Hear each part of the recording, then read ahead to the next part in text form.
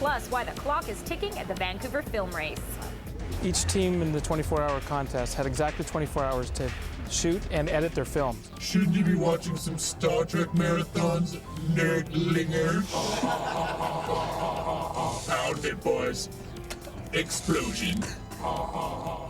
But first, some quick competitors on the film scene. Amazing what these guys could do in 24 hours. Aaron Shaw has details on the Vancouver film race. I'm stuck in a bloody closet. 24 hours isn't a lot of time to make an award-winning movie, but some Vancouver filmmakers are hoping to do just that. They're part of this year's Vancouver Film Race, and the top 10 films are being screened July 23rd at the Celluloid Social Club. Each team in the 24-hour contest had exactly 24 hours to shoot and edit their film. So at 10 p.m. on a Friday night, they were emailed 2 things that they had incorporated in their film. One was a theme of greed, and the other one was an action, and that is turning on a faucet. The Vancouver Film Race is actually part of a larger competition that happens in cities across North America, and the winner of the Vancouver race goes on to the North American finals. They don't know what I'm capable of. Those tiny little brains on those tiny little stump necks. Patrick Henry's film RoboGreed won audience favorite at the Vancouver screening. Full operational. It's about a kind of a nerdy, very smart, but socially retarded boy who decides he's gonna create a robot to take over the world and cash in and get all the girls. I'm your daddy.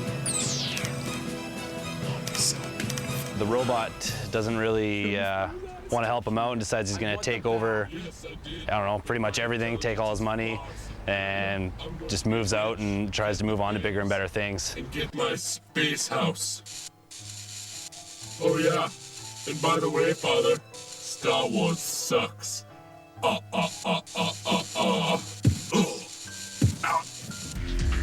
You might expect that 24 hours of chaotic filmmaking might be reflected in the finished works, but not necessarily so.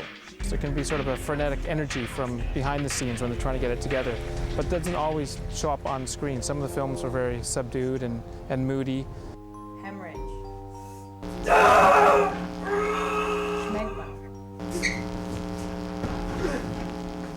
The imagination was unbelievable in terms of the different films that were made.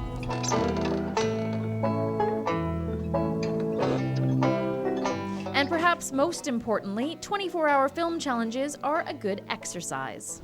Sometimes people procrastinate, but if they're given a deadline, they'll just make it. So it's important for filmmakers to have these challenges to keep up their craft and make great art. How about you give me $20 for alcohol consumption? It's a good way to force yourself into making a short in such a quick amount of time. And as well, you know, you meet new people, or you can further your crew that you work with on previous productions to doing bigger and better things with it. I'm Aaron Shaw in Vancouver for The Express. Paul Armstrong has another Crunch Time filmmaking contest. He holds it in October, and you can get details at celluloidsocialclub.com. It's called the Bloodshots Film Festival. So fittingly, we're going from Bloodshots to Oyster Shots.